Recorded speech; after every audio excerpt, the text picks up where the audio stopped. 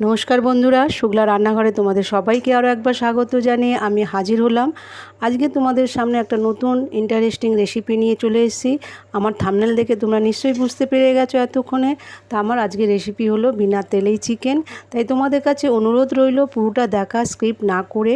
আর এই রেসিপির জন্য আমি নিয়ে নিয়েছি 500 গ্রাম চিকেনটাকে ভালো করে ধুয়ে নিয়েছি।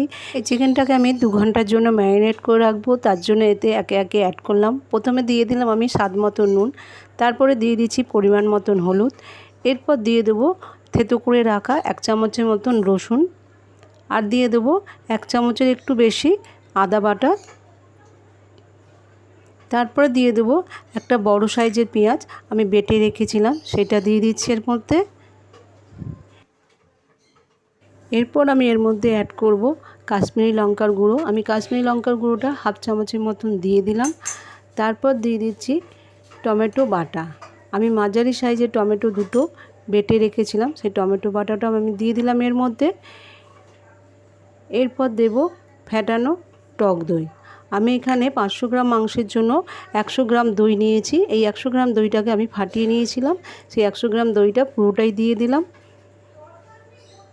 এরপর সব শেষে আমি দিয়ে দিচ্ছি দুটো শুকনো লঙ্কা, গোটা দুটো শুকনো লঙ্কা এর মধ্যে দিয়ে দিলাম। দিয়ে এবার এই সবগুলোকে একসাথে মেখে নেব।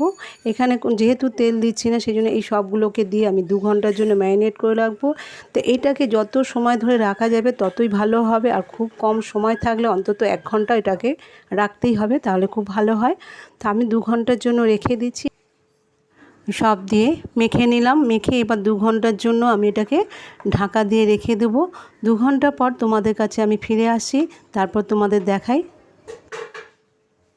তো বন্ধুরা, ফিরে এলাম আমি। এসে দেখো আমি কড়াইটা আগের থেকেই গরম বসিয়ে দিয়েছি, সেটা কড়াইটা খুব ভালো মতন গরম হয়ে গেছে আমার।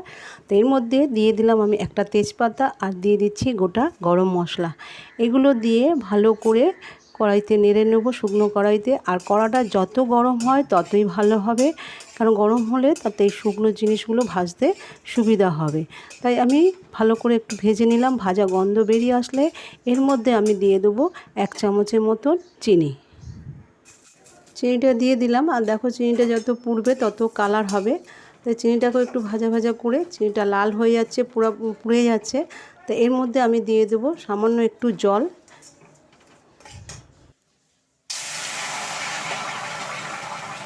দেখো পোড়া চিনি কালারটা বেশ সুন্দর লাগছে, যেহেতু চিনিটা পুড়ে গেছিলো আর ভাজা মশলা, গরম মশলাগুলো ভাজা, এই দুটো মিলিয়ে গন্ধটা খুব সুন্দর লাগছে, একটা মিষ্টি গন্ধ ছাড়ছে। তো এইটাকে চিনিটা লেগে গেছে, তাই আমি একটু ভালো করে নেড়ে নিচ্ছি। নেড়ে এর মধ্যে আরেকটু সামান্য জল দিয়ে দেবো, কেন জলটা প্রথমে ফুটে গিয়ে একটু কমে গেল একদমই, তাই জন্য সামান্য আরেকটু জল দিয়ে দিচ্ছি আমি এর মধ্যে।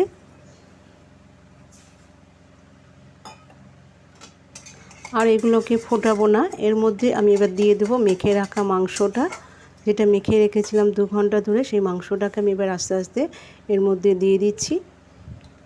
তা আমার মনে হয় এই গরমে এই তেল ছাড়া চিকেন রান্না করে মাঝে মধ্যে খাওয়া ভালো, কারণ যা গরম পড়েছে তাতে তেল মশলা যত কম খাওয়া যায় তত শরীর সুস্থ থাকবে, ভালো থাকবে। সেই জন্য এইভাবে চিকেন মাঝে মধ্যে তোমরা করে খেও, সবাইকে খাইও।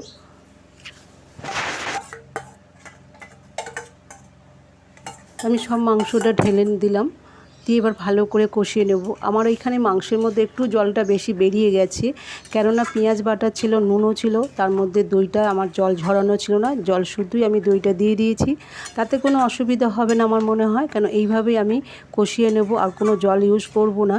আর এইভাবে ভালো করে কষিয়ে নেব, আর কষাতে কষাতে মাংসটা সেদ্ধ হয়ে যাবে। দেখো কালারটা আস্তে আস্তে চেঞ্জ হতে শুরু করে দিয়েছে আমার মাংসের। আমি এবার যত কষাবো এইভাবে তত কালার চেঞ্জ হয়ে যাবে। তাই এটা যাকেই খাওয়াও না কেন, সে তো প্রথমে বুঝতেই পারবে না, যতক্ষণ না তোমরা বলবে যে এটা তেল ছাড়া চিকেন, সেটা বোঝাই যাবে না, বোঝা খুবই মুশকিল না বললে পরে। তা এইটা খেতে যতটা টেস্টি ততটাও হেলদি। তো এইভাবে আমার মনে হয় রান্না করে মাঝে মাঝে খেলে আমাদের শরীর সুস্থ থাকবে, ভালোও লাগবে। মাংসটা যাতে তাড়াতাড়ি সেদ্ধ হয়ে যায় তার জন্য আমি 10 মিনিটের জন্য ঢাকা দিয়ে দিলাম। ঢাকা দিয়ে তোমাদের তারপরে দেখাচ্ছি। তো দেখো খুলে দেখাই তোমাদের। দেখতেই পাচ্ছ মাংসের কালারটা এতটাই সুন্দর এসছে, মনে হচ্ছে না যে এটা তেল ছাড়া চিকেন। আর কেউ তো দেখে প্রথমে বিশ্বাসই করতে পারবে না যেটা তেল ছাড়া রান্না করা হয়েছে। তা তাকে না বললে সে তো বিশ্বাসই করবে না। এতটাই সুন্দর কালার এসছে আর গন্ধটাও খুব সুন্দর ছাড়ছে। তো এটা যেহেতু চিকেন কারি আরেকটু ঘন করে নেব আমি। মাংসটা প্রায় সেদ্ধই হয়ে গেছে আমার, তার একটু ঘন করার জন্য আমি আরেকটু 5 মিনিট ফুটিয়ে নেব, তাহলেই আমার রেডি হয়ে যাবে চিকেন কারিটা।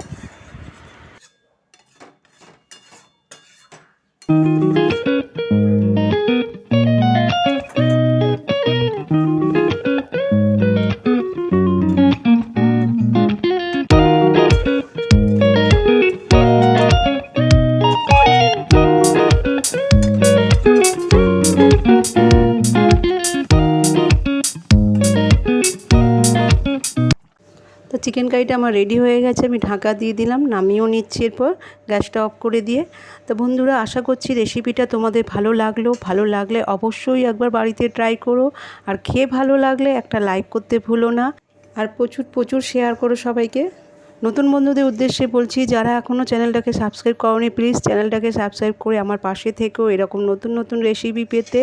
তো বন্ধুরা, আজ এই পর্যন্তই, আবার দেখা হবে পরে কোনো রেসিপিতে। ততদিন সুস্থ থেকো, ভালো থেকো।